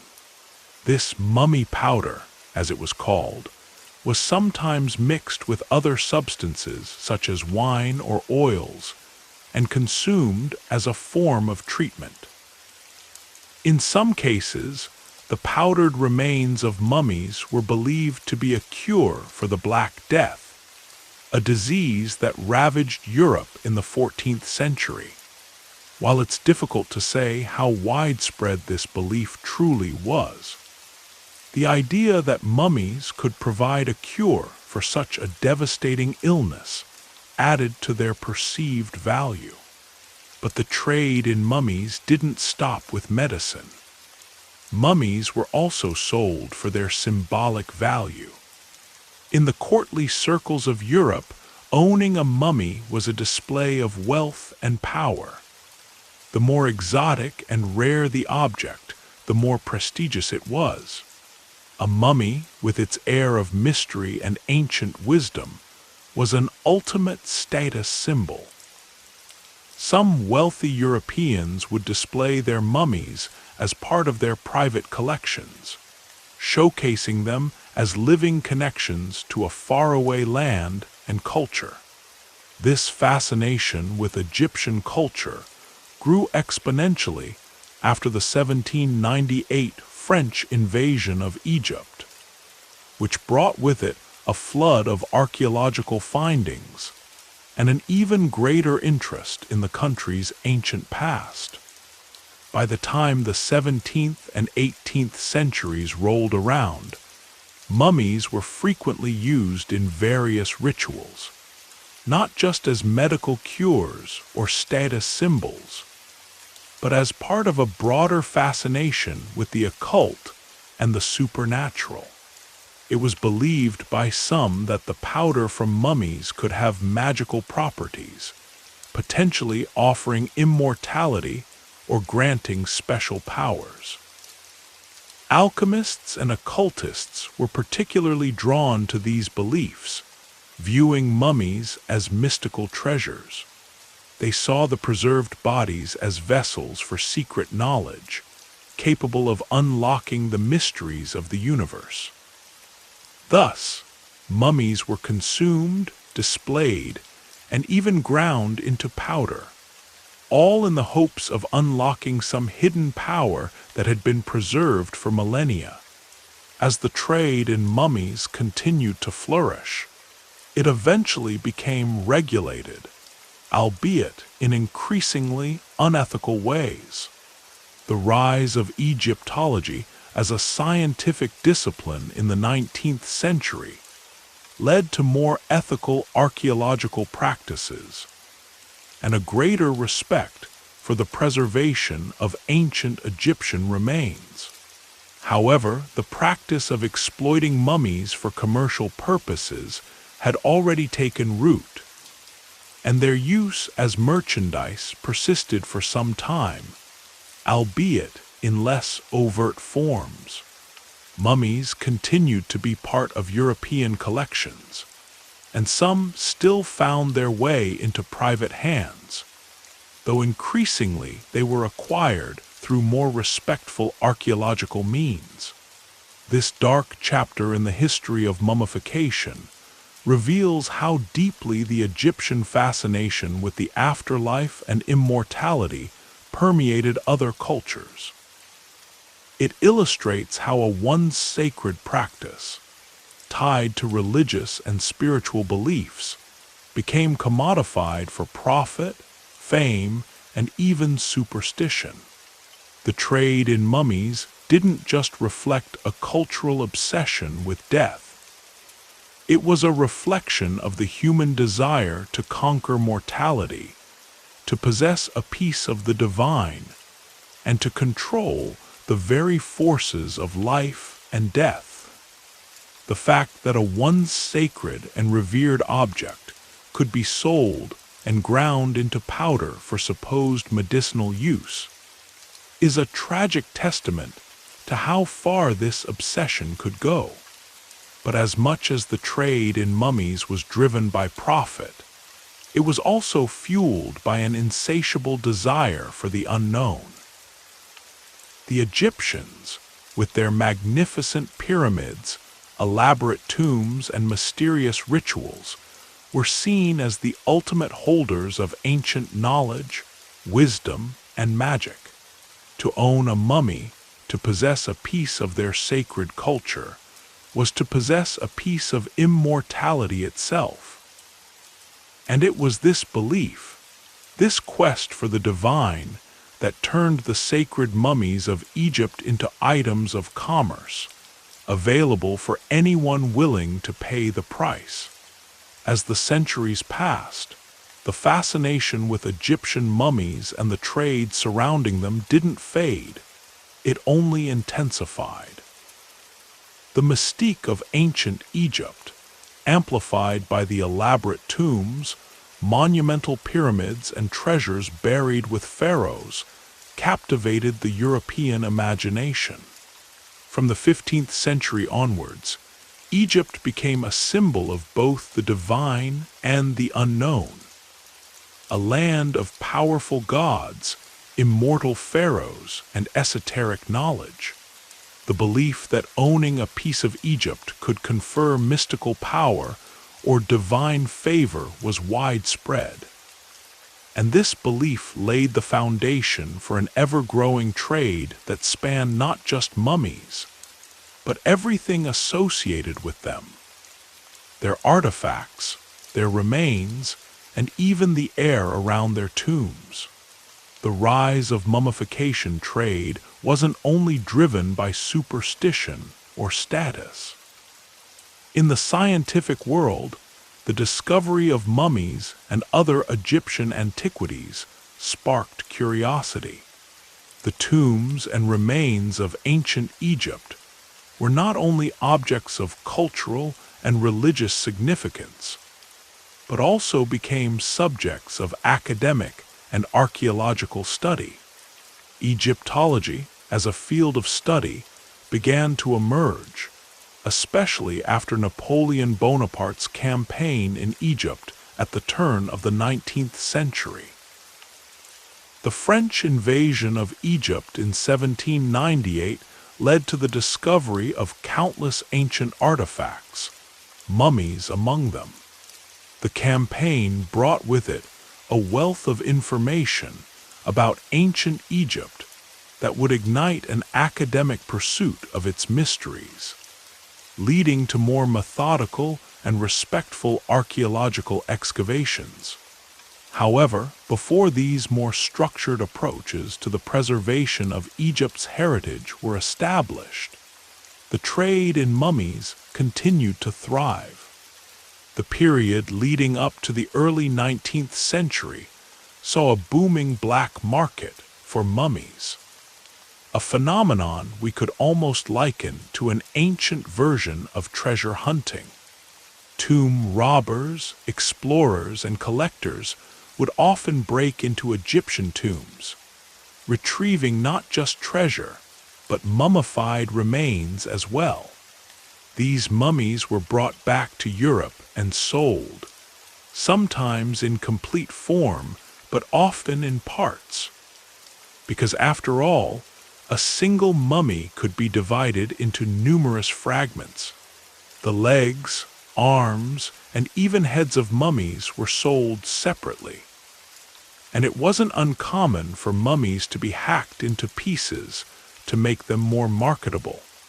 One of the most fascinating and deeply unsettling examples of this trade was the use of mummy powder, which became a widely popular medicinal product. For centuries, Europeans believed that consuming powdered mummies would heal ailments.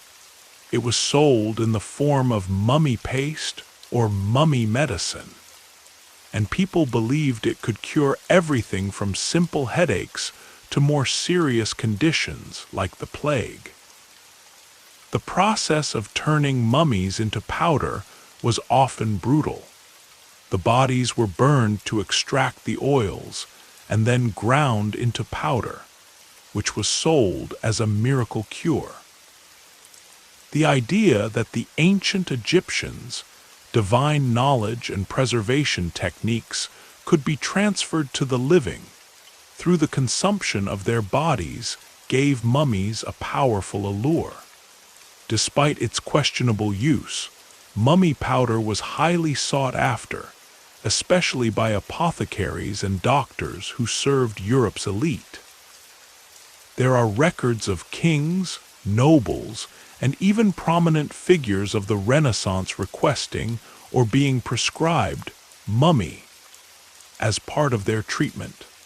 In fact, it was such a widespread practice that some apothecaries in Europe sold mummified remains as a form of medicine for over 3 centuries.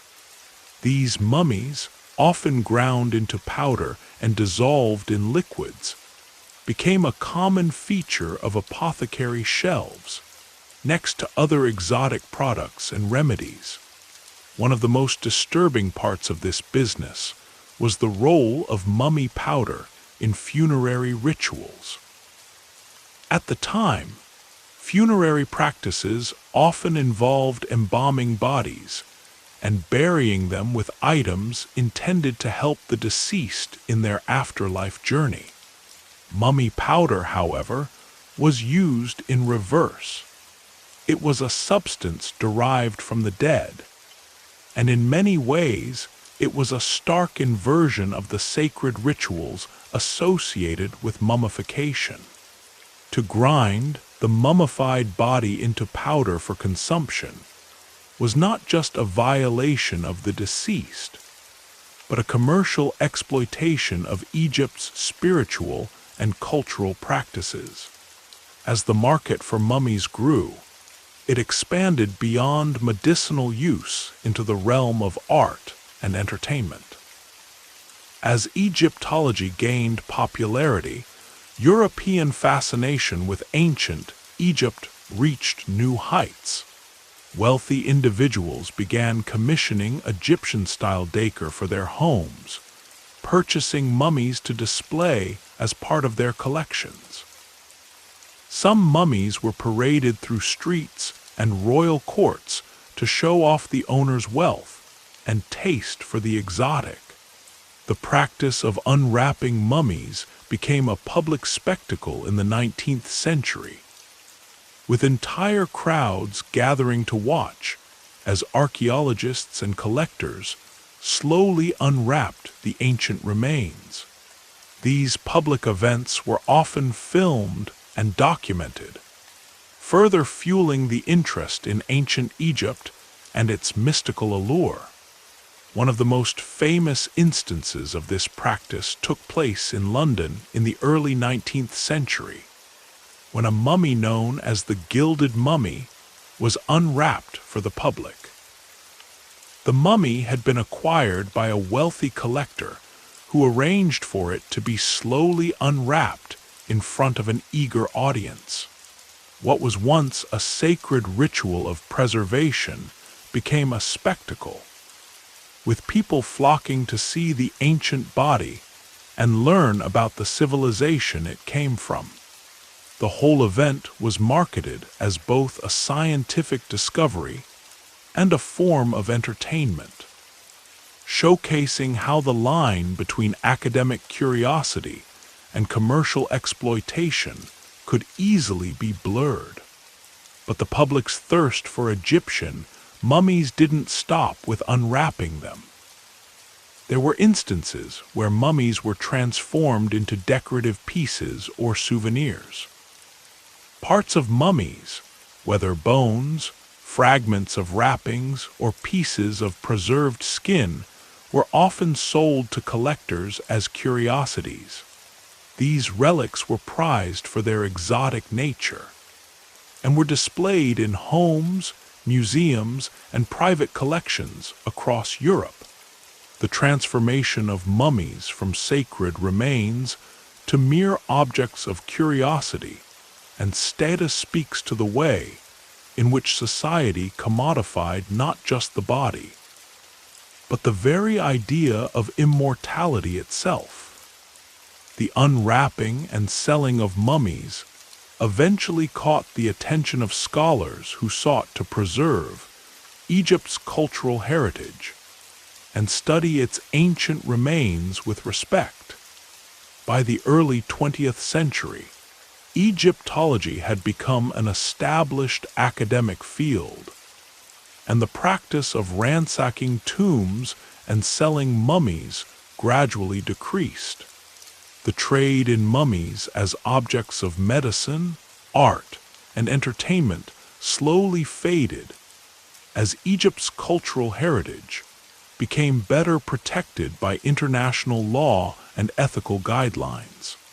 The advent of proper archaeological excavations and the formation of museums dedicated to preserving Egyptian antiquities also curbed the commercialization of mummies. However, the legacy of the mummy trade did not disappear.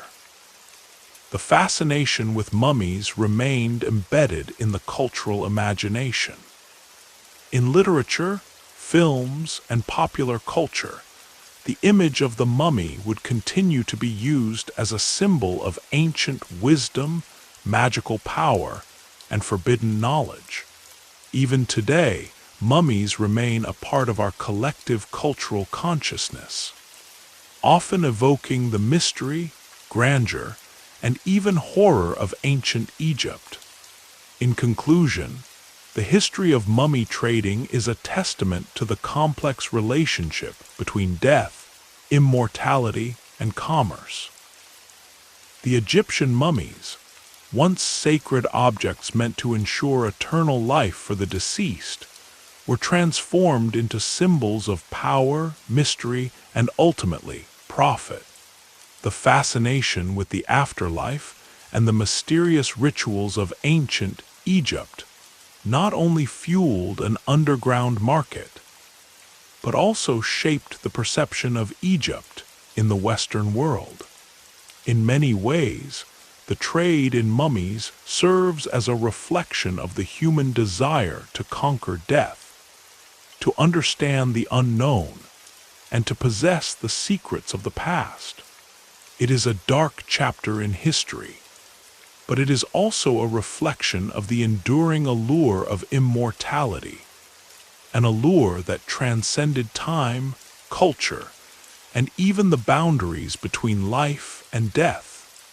As the trade of mummies grew and evolved, it expanded in ways that reflected not only the cultural fascination with ancient Egypt, but also the commercial exploitation of its most mysterious remains.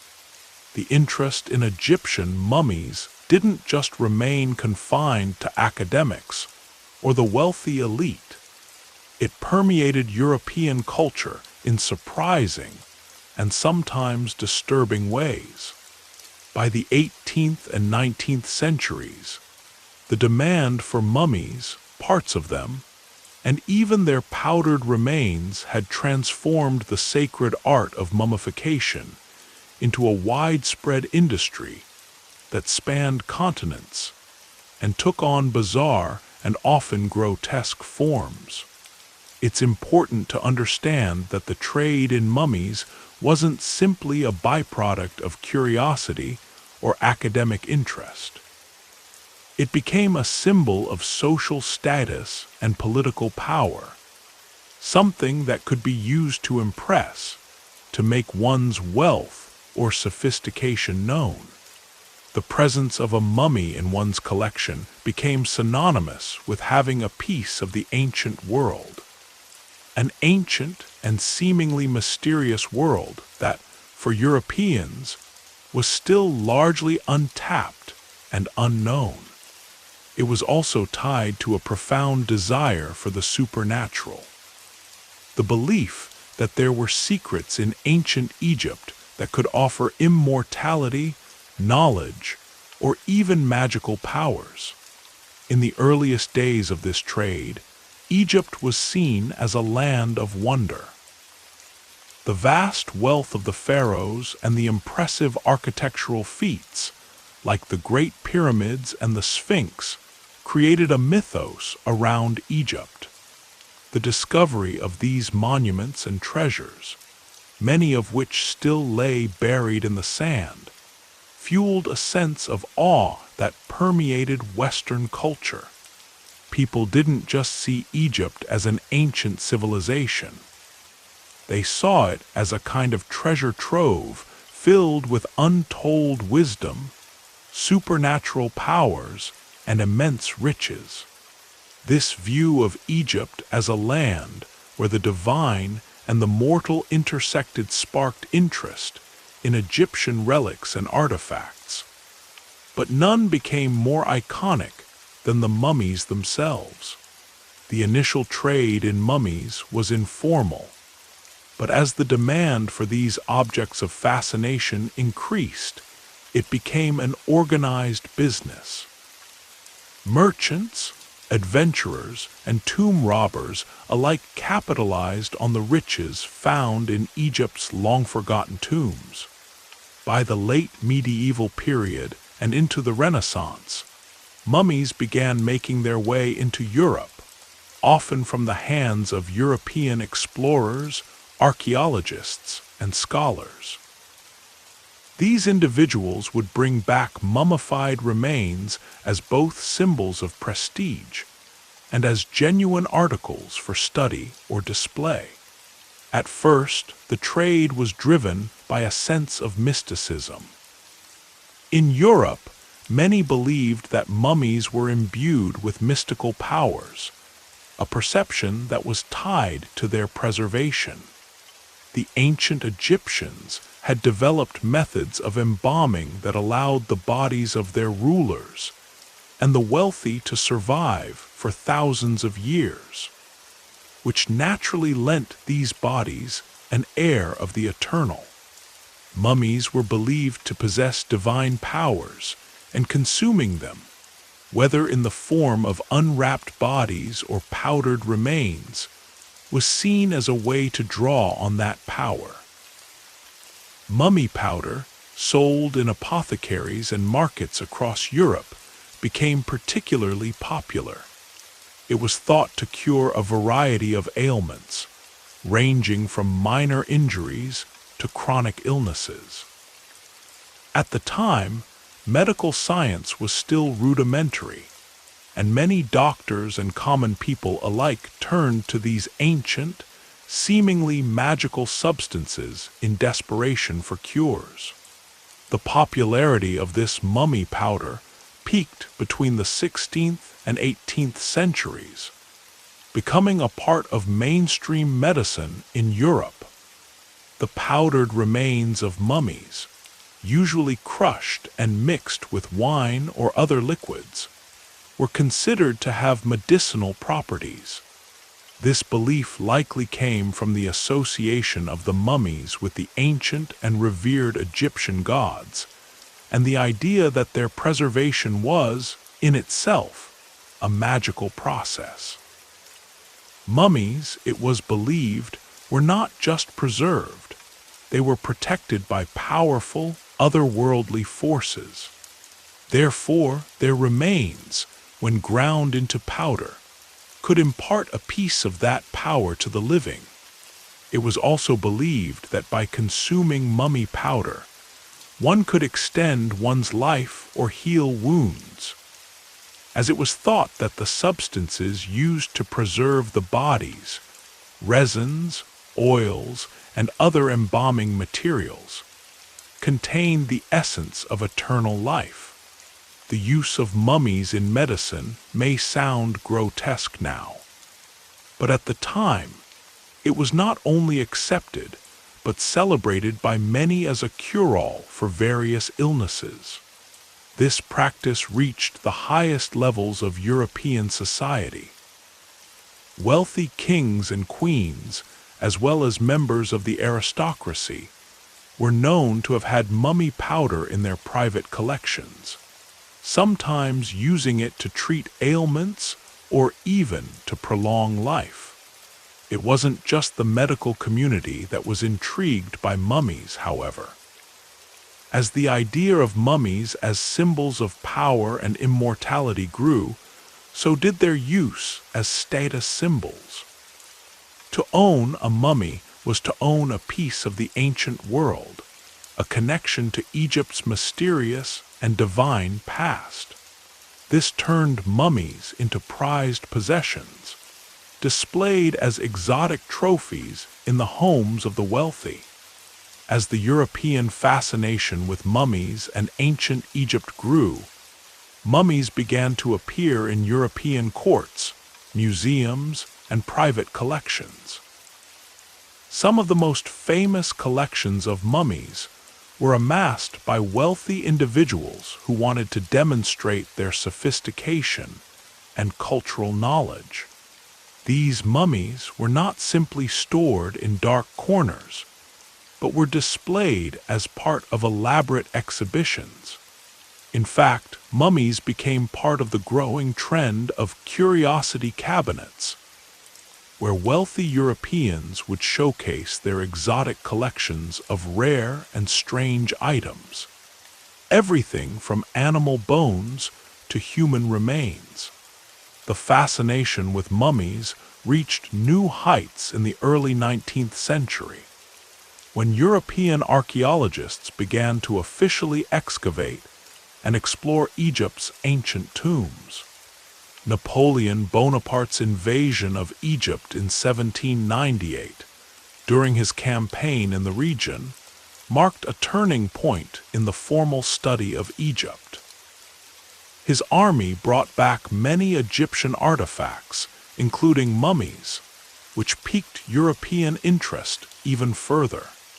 Napoleon's campaign also resulted in the publication of the Description de l'Egypte, a detailed record of Egypt's ancient monuments, customs, and artifacts. This publication became a sensation and inspired a wave of Egyptomania in Europe. During this period, mummies became not just valuable for their symbolic or medicinal properties, but also as scientific curiosities. Archaeologists began to study mummies with the goal of uncovering the secrets of ancient Egypt's rich culture, history, and religion. These scientific expeditions, however, didn't necessarily respect the sacred nature of the mummies.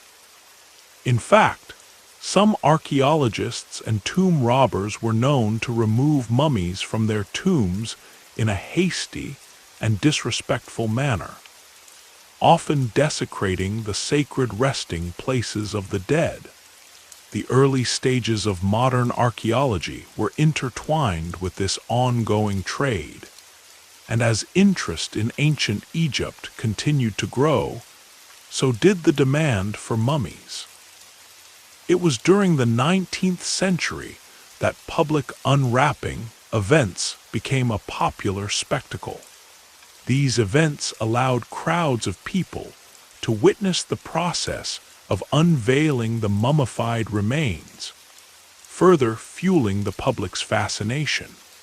In one particularly famous instance, a mummy was unwrapped at the British Museum, and the entire event was filmed for posterity, attracting hundreds of spectators. These unwrapping events were not just scientific exercises. They were events of entertainment, drawing large crowds who were eager to witness firsthand the mysteries of ancient Egypt. But as the decades went by, the increasing awareness of the scientific and ethical concerns surrounding the trade in mummies led to a shift in how they were handled. The growing field of Egyptology began to challenge the commodification of mummies, advocating for the respectful treatment of these ancient remains. As archaeological methods improved and more attention was paid to the cultural and spiritual significance of mummies, the market for mummies as objects of trade began to wane. Despite the decline in the use of mummies for medicinal purposes, their influence in popular culture endured. Mummies continued to appear in literature and art, representing the exotic and the mystical. The image of the mummy, forever trapped between the realms of life and death, was a powerful symbol in Western imagination. This cultural fascination persisted well into the 20th century, contributing to the rise of the mummy genre in films, where ancient tombs were unearthed and long-dead pharaohs were awakened with disastrous consequences. Movies like The Mummy, 1932, and later versions in the 1990s helped solidify the mummy's place in Western pop culture, casting them as relics of a bygone era, forever haunted by the secrets of the afterlife. While the demand for mummies as a commercial product has largely disappeared, the legacy of their trade remains. The idea of mummies as powerful symbols of immortality, divine knowledge, and ancient mystery continues to captivate people today. We see this reflected not just in films and novels, but in the ongoing fascination with Egyptology and the discoveries that continue to emerge from the sands of Egypt. Museums across the world, including the British Museum, the Louvre, and the Egyptian Museum in Cairo, hold collections of mummies, carefully preserved and studied by archaeologists and historians. These mummies are no longer objects of trade, but rather invaluable artifacts that help us understand the rich history and culture of ancient Egypt. In the end, the trade in mummies is a reflection of humanity's obsession with death and immortality. It speaks to our fear of the unknown, our desire to conquer death, and our yearning for connection to the divine. The ancient Egyptians, through their elaborate mummification process, sought to ensure their eternal life and the continued existence of their culture. In the centuries that followed, those same mummies, once sacred and revered, became the property of explorers, merchants, and collectors, symbols of power, prestige, and mysticism that transcended the boundaries of time and space. But as we look back on the long history of the mummy trade, it serves as a reminder of how deeply intertwined the pursuit of knowledge, immortality, and profit can be, and how the line between respect and exploitation can easily become blurred in the quest for something that will outlast us all.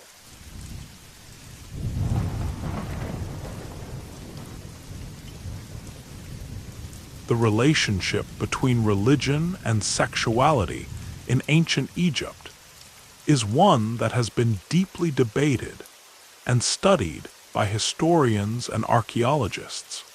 While the Egyptians were highly spiritual, and their religious practices involved elaborate rituals and beliefs surrounding death, immortality, and the afterlife, there are more troubling and complex elements of their culture that have raised ethical questions, particularly in regard to the actions of their priests. The rumors of necrophilia, particularly involving the priests of ancient Egypt, have persisted for centuries, casting a shadow over the otherwise revered roles of these religious figures. These stories, both whispered and recorded, provide a glimpse into a side of Egyptian spirituality that remains deeply unsettling and mysterious.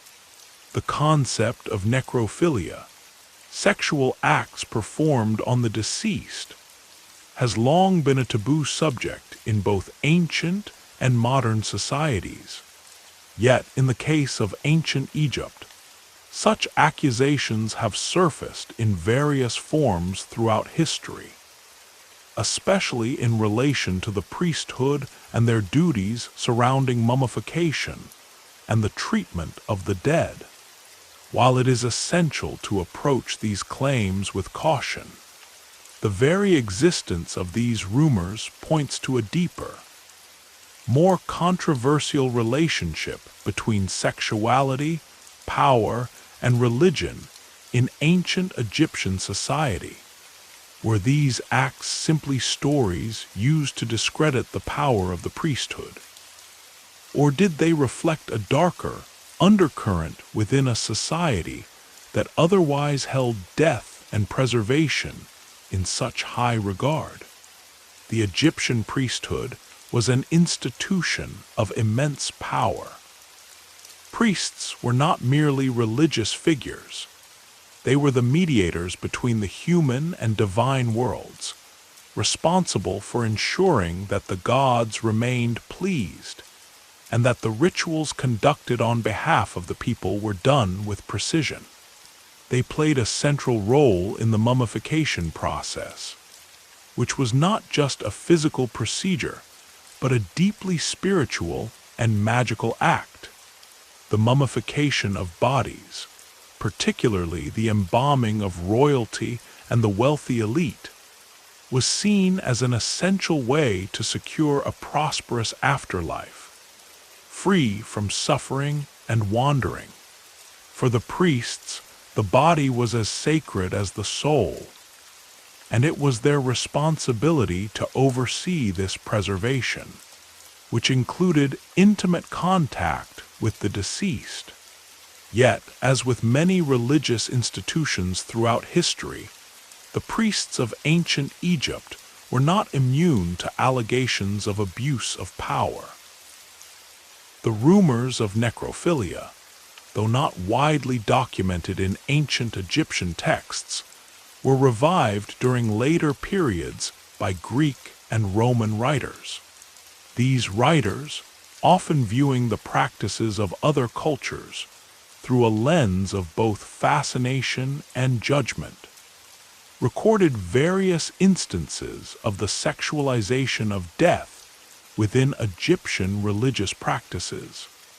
They often portrayed the Egyptian priests as individuals who, while seemingly pious, engaged in rituals and behaviors that were considered unseemly, even perverse, by the standards of their own cultures. One such account comes from the Greek historian Herodotus, who, writing in the 5th century BCE, described the priests of Egypt as performing rituals that were foreign and even strange to Greek sensibilities. Although Herodotus does not directly accuse the priests of necrophilia, he does suggest that they held extraordinary powers over death and the afterlife.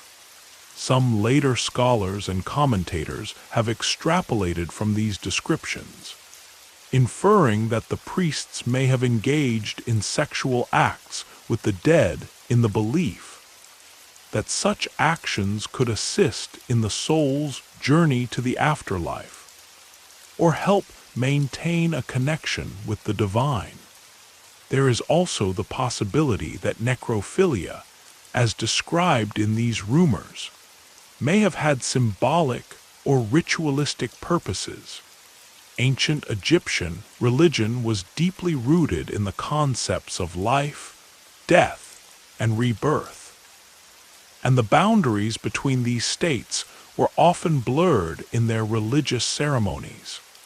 The belief that sexuality could be an expression of divine power, or a means of ensuring fertility and the continuation of life, might have been twisted into acts of defilement or sacrifice. For the priests, their sexual practices may have been intertwined with the concept of spiritual transformation, where the act of intimacy with the deceased was seen as a means of resurrecting or purifying the soul for the afterlife. Yet it is crucial to remember that many of these allegations stem from outside sources, mainly the Greeks and Romans, who often sought to project their own biases onto Egyptian culture.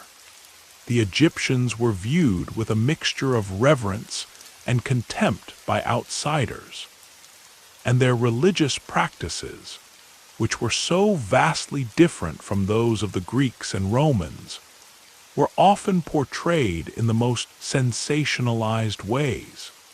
The stories of Egyptian priests engaging in necrophilia could very well have been a way for these outsiders to demonize the Egyptians and cast their spiritual practices in a negative light, using their unique beliefs about life, death, and power as fodder for scandal. However, the truth of these claims remains elusive. There are no definitive Egyptian texts or records that directly support the idea that the priests of Egypt practiced necrophilia. In fact, many of the Egyptian texts that we have, including those related to the funerary practices and the preservation of the dead, focus on reverence and sanctity. The Egyptians took great care to preserve the bodies of their dead in order to ensure the soul's safe passage to the afterlife. But there is little evidence to suggest that this involved any form of sexual activity with the deceased. What is clear, though, is that death in Egypt was a highly spiritual and transformative process. And for those who participated in the rituals surrounding death, the lines between life and death could sometimes become incredibly blurred. The very notion of necrophilia among the priests highlights the ways in which power dynamics were entrenched in Egyptian society, especially in the priesthood. The priests, like many religious figures throughout history, held immense power, not only because they were the intermediaries between the people and the gods, but because they had access to the dead. They were the keepers of secrets that others could not know, and they had control over the very passage from life to death. Their role in the mummification process, an act that was intimately tied to both spiritual and physical preservation, made them figures of awe and reverence.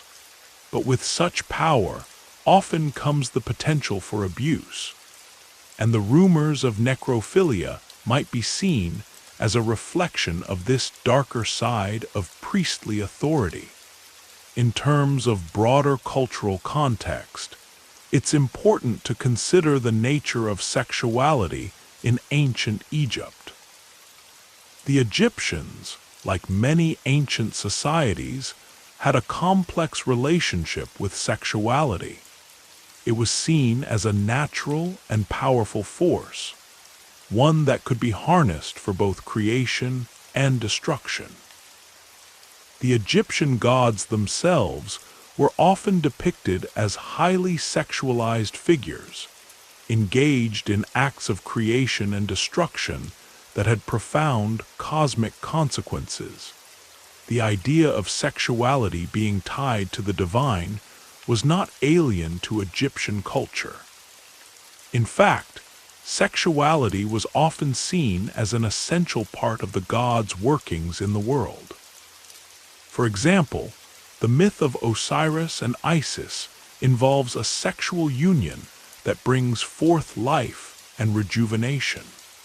This divine sexuality could have had an influence on how sexuality was perceived by the priests, who were the earthly representatives of these gods. There are also parallels in other ancient cultures that reflect similar ideas about the sacred and the sexual. In ancient Mesopotamia, for example, the practice of sacred prostitution was performed in temples, where priestesses engaged in sexual acts as part of rituals dedicated to fertility gods. Similarly, in ancient Rome, certain religious practices involved sexual elements, though often with a strong emphasis on fertility and divine favor. These practices, while not directly related to necrophilia, show that in many ancient cultures, sexual acts were sometimes seen as part of a broader religious or spiritual duty. In this way, the rumors of necrophilia among Egyptian priests might not be entirely out of step with the broader cultural and religious context of the ancient world. Sexuality, particularly in religious settings, was often intertwined with the idea of divine favor, fertility, and spiritual transformation. The relationship between the priesthood and the dead in Egypt, particularly in the context of mummification, was so intimately tied to the concepts of life and death that it's not entirely inconceivable that some individuals may have seen sexual acts as a form of spiritual connection to the divine, or a means of ensuring the purity of the afterlife. While the evidence for necrophilia in ancient Egypt remains tenuous, the very idea of it challenges our understanding of the boundaries between the sacred and the profane. It forces us to confront the uncomfortable realities of religious power, the exploitation of the dead, and the ways in which spirituality and sexuality were often intertwined in ancient cultures. The rumors of necrophilia among the priests of ancient Egypt, whether or not they are true, remind us that the sacred and the taboo have often been inextricably linked throughout human history. The allegations of necrophilia among the Egyptian priesthood are not only a matter of historical intrigue, but also a window into the complex relationship between power, religion, and morality in ancient societies. The stories surrounding these practices are often shrouded in mystery, exacerbated by the lack of direct evidence and the influence of later cultures that may have had their own biases and misunderstandings.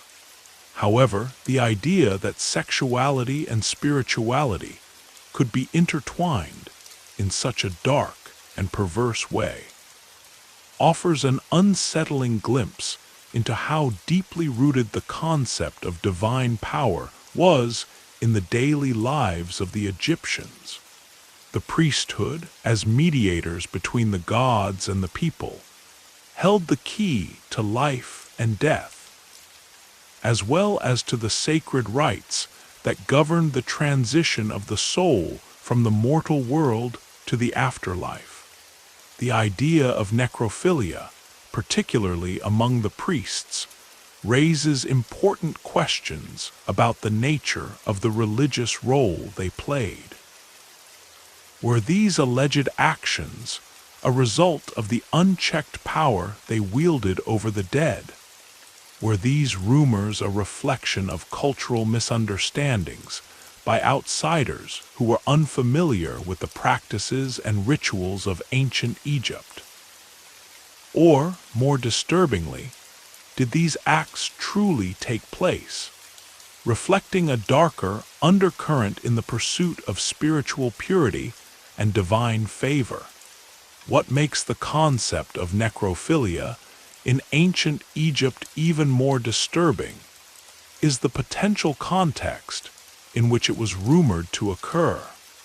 The priests' work with mummification, a process which involved intimate contact with the deceased, could have created a situation in which the boundaries between the sacred and the profane became blurred. The embalming process itself required the removal of organs and the careful preservation of the body. Acts that were not only physically invasive, but spiritually significant. To the ancient Egyptians, these rituals were not about simply preserving a body. They were about ensuring that the deceased would live on in the afterlife. This might have created a dangerous precedent, where the act of preserving the body was seen as the ultimate means of spiritual connection, and for some, the ultimate form of reverence. Priests who were tasked with overseeing these rituals often held immense power in Egyptian society. They were the gatekeepers to the afterlife, and their role in mummification allowed them to control not just the physical preservation of the body, but also the spiritual fate of the deceased. The priesthood's control over life and death, over the process that ensured eternal existence for both the living and the dead, gave them unparalleled authority. This power, when unchecked, could have led to abuses. While there is no direct evidence of necrophilia being institutionalized, the rumors of such acts reflect the broader ethical and moral questions surrounding religious authority, power, and control over death. The idea that sexuality might be a means of furthering the soul's passage to the afterlife, or that it might represent an ultimate act of reverence or spiritual connection, hints at a deeply problematic intersection between sacred and profane power. These troubling themes aren't unique to Egypt. Throughout history, similar patterns of religious abuse and sexual power dynamics have appeared in many cultures, often tied to the sanctity of life and death. The use of sexuality in religious rituals is not unusual. Many ancient societies had fertility cults, where sexual rites were performed as part of worship.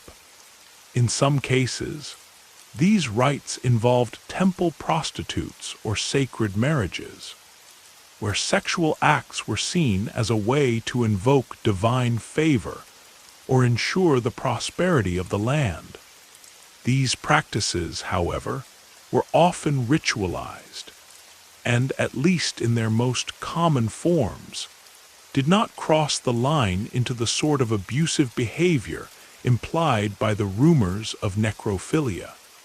In the case of Egypt, the intertwining of sexuality with the divine was particularly potent. The gods of Egypt were often depicted in sexually charged relationships, their divine unions central to the cosmic order. For example, the myth of Osiris and Isis is filled with sexual and reproductive symbolism, with Osiris's death and resurrection representing the cycle of life and death, and his eventual resurrection symbolizing the triumph over decay and corruption. In this light, the Egyptian priests, who acted as mediators between the gods and the people, could have viewed themselves as embodying the very essence of divine power, even in their most intimate acts. These deeply ingrained beliefs about life, death, and sexuality could have contributed to a complex and potentially dangerous dynamic in the priesthood, where acts that were meant to purify or protect the soul could have been twisted into something far darker.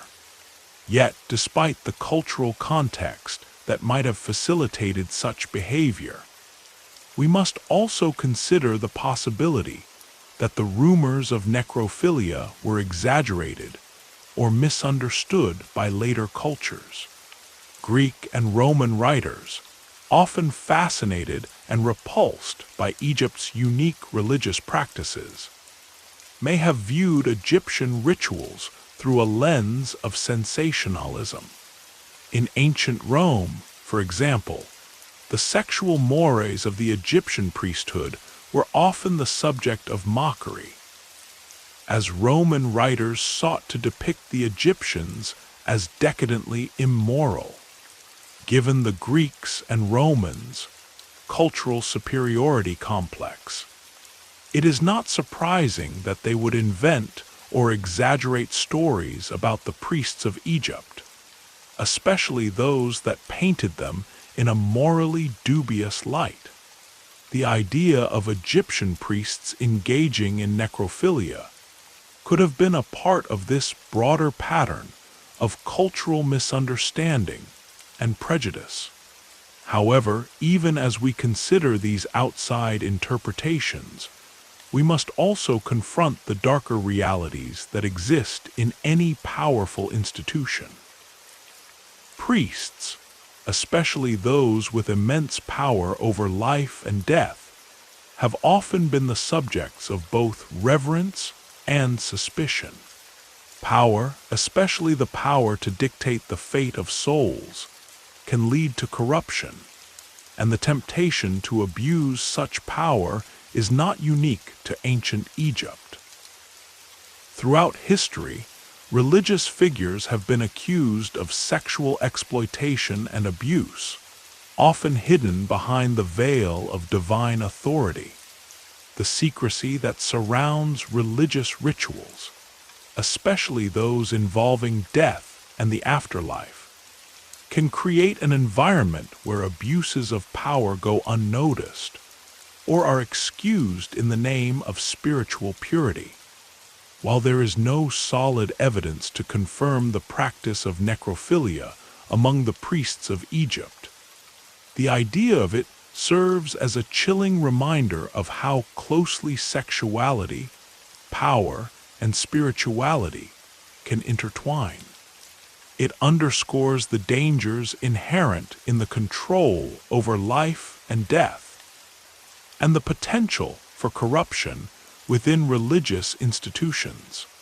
The fact that these rumors have persisted for centuries, fueled by ancient accounts and modern fascination with Egypt's mysteries, highlights the lasting impact that such practices, whether real or exaggerated, can have on our perception of a culture and its religion.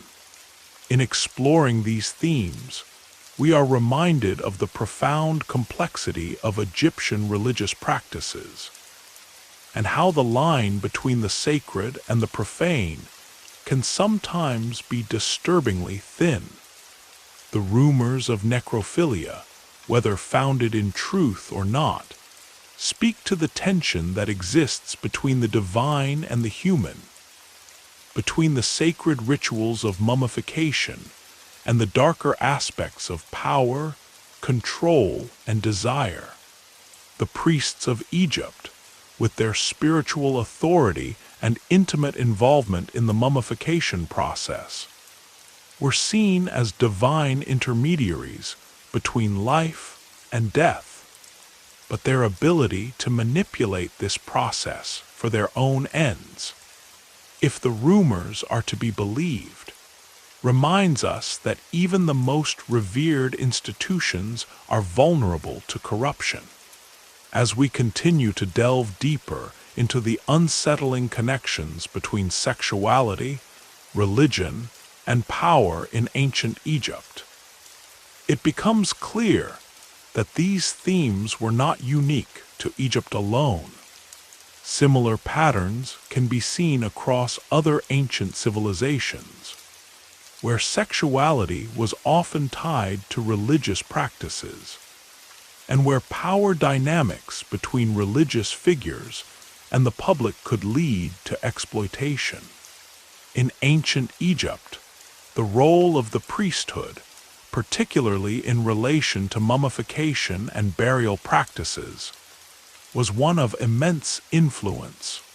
Their responsibilities extended beyond simply officiating over rituals.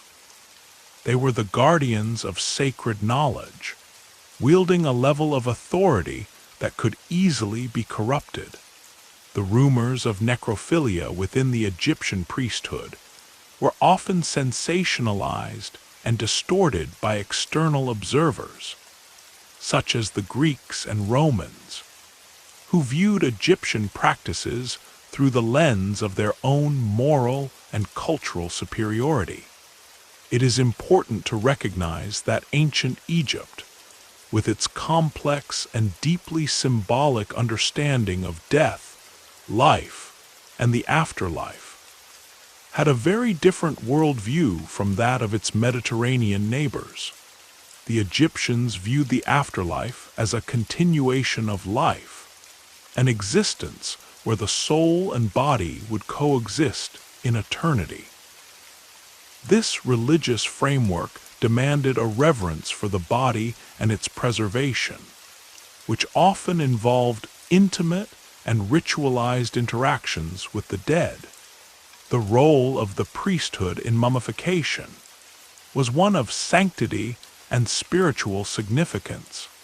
These priests were entrusted with the bodies of the deceased, often those of the elite, and were responsible for ensuring that the body was properly embalmed, the soul preserved, and the deceased granted passage into the afterlife. The mummification process was an act of both spiritual and physical preservation, ensuring that the soul of the deceased could return to the body, or at the very least remain tethered to it in the afterlife. This responsibility gave the priests incredible power, as they alone controlled access to the afterlife and the cosmic balance between life and death. The intimate nature of their duties created a scenario where the lines between the sacred and the profane could become blurred, and rumors of abuse or corruption were inevitable. One of the most unsettling aspects of the rumors surrounding necrophilia is the way in which it intersects with the concept of sacred sexuality. As previously discussed, many ancient cultures viewed sexuality not just as a personal or physical act, but as a divine expression of cosmic forces. In Egypt, sexuality was often symbolized by the divine unions of gods and goddesses. The relationship between Osiris and Isis, for example, was one of sexual and spiritual significance, as their union was associated with life, death, and rebirth. These divine unions were often symbolic of creation, and the idea of sexuality as a creative and regenerative force was deeply embedded in Egyptian religious practice. Therefore, it is possible that some of the priesthood, in their zeal to embody divine power and facilitate the transition to the afterlife, could have engaged in rituals that involved sexual acts with the dead, believing it was a way to channel divine energy or to ensure the soul's passage to the afterlife. However, the ethical implications of such practices are profound. If such actions did occur, it would not only highlight the inherent dangers of concentrated power within a religious system, but also raise questions about consent, autonomy, and the sanctity of the body. The very notion of necrophilia, regardless of its religious or spiritual justification, challenges our understanding of both the sacred and the profane. The rumors of sexual contact with the dead would indicate a gross abuse of power, turning the sacred act of mummification into a vehicle for exploitation and control. The intersection of sexuality and power in religious practices is not confined to ancient Egypt. In ancient Mesopotamia, there were practices such as sacred prostitution, where priestesses or temple servants engaged in sexual acts as part of rituals dedicated to fertility gods. These sexual rites were seen as a means to invoke divine blessings. But in practice, they often involved women who had little control over their own bodies. Similarly, in ancient Greece and Rome, religious figures were often revered for their spiritual authority. But this power could also be misused. The use of sexuality in religious contexts, whether it was part of fertility rites or other ceremonies, frequently involved a complex mix of consent, coercion, and power dynamics. The rumors of necrophilia in Egypt must be understood within this broader cultural context, where sexuality, religion, and power were often inseparable. What makes the Egyptian case particularly haunting is the connection between the priesthood's power over death and their potential for abuse. The priesthood's control over the mummification process meant that they were intimately involved with the bodies of the deceased. To oversee the preservation of a body was to control its passage into the afterlife, a powerful and potentially corrupting position. The sacred rituals of embalming, which involved the removal of organs and the preparation of the body, were acts that took place in a realm where few outside the priesthood could participate. The body, in this sense, became a vessel not only for the soul but for power.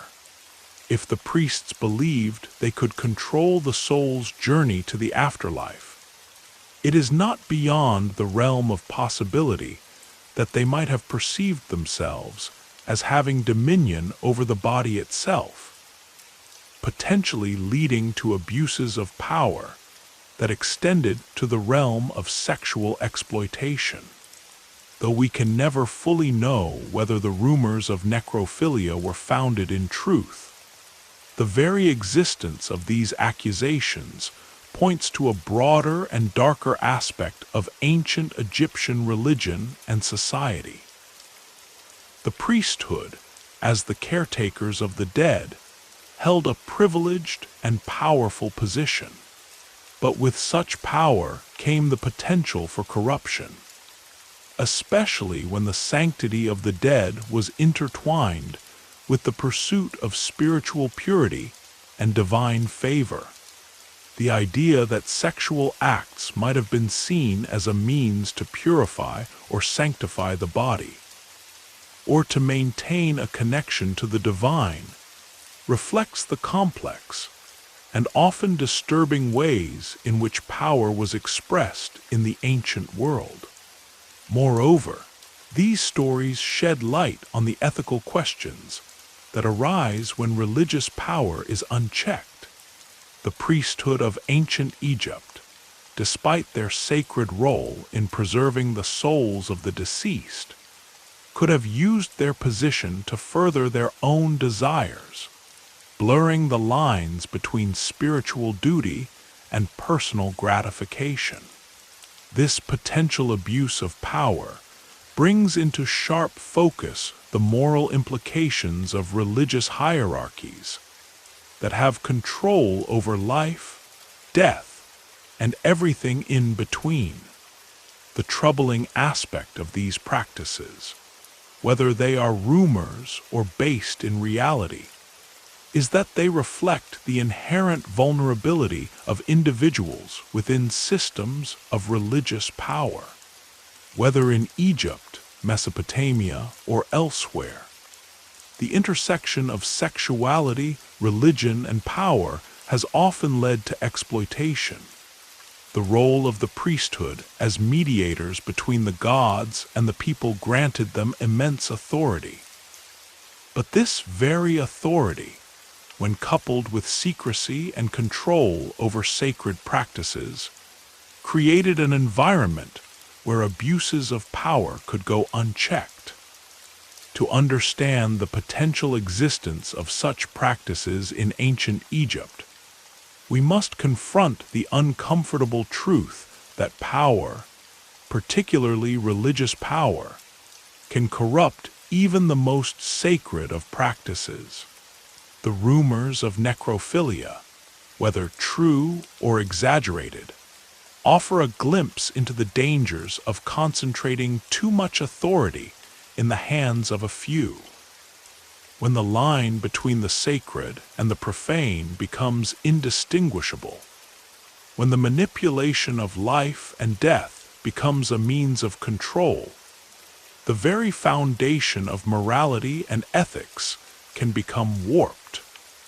In conclusion, the rumors of necrophilia among the Egyptian priesthood, though lacking definitive evidence, invite us to question the boundaries between spirituality, power, and sexuality in ancient cultures. They force us to examine the complexities of religious authority and the potential for abuse within systems that are meant to protect the sacred.